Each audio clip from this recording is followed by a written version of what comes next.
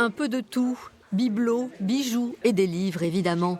C'est un vide maison d'édition. Sylviane Sambor faisait vivre ce lieu depuis 17 ans.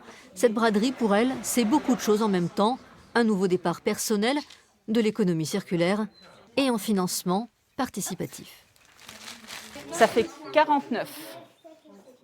Ça a du sens de faire que ce départ de Chauvigny et ce que je ne peux pas emporter ou ce que l'on m'a donné pour soutenir la maison se transforme bientôt en recueil de poésie de Mohamed Bennis, un très grand écrivain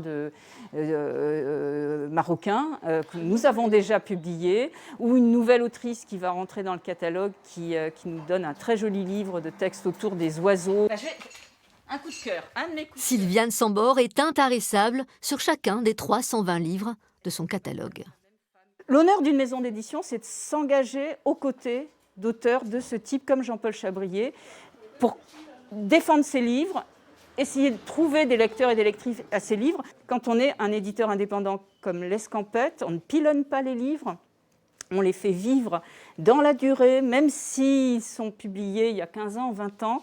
L'Escampette organise aussi régulièrement des lectures ici et là, dans des cafés ou sur la scène toute proche du théâtre local. Alors, pour certains habitants, il y a un petit deuil à faire. C'est un peu désolant, parce que les maisons d'édition sont quand même rares. Le fait d'en avoir une à Chauvigny, c'était déjà exceptionnel.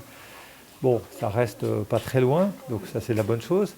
Mais effectivement, c'est toujours un peu dommage. Affaire classée à Chauvigny ?